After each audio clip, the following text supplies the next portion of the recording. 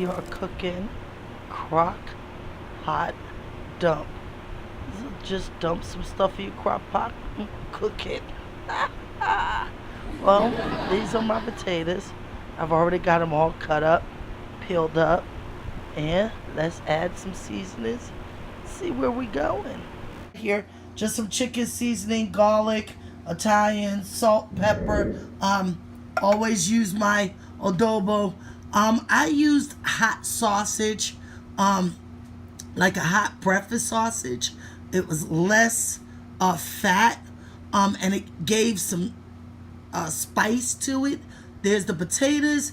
There's the like a breakfast sausage. 2 cans of green beans. I like my green beans sauteed with onions, so I saute them first. Beans and I would say 1 big can, more like a 24-ounce can of chicken broth. And this is it. Potatoes, sausage, and green beans.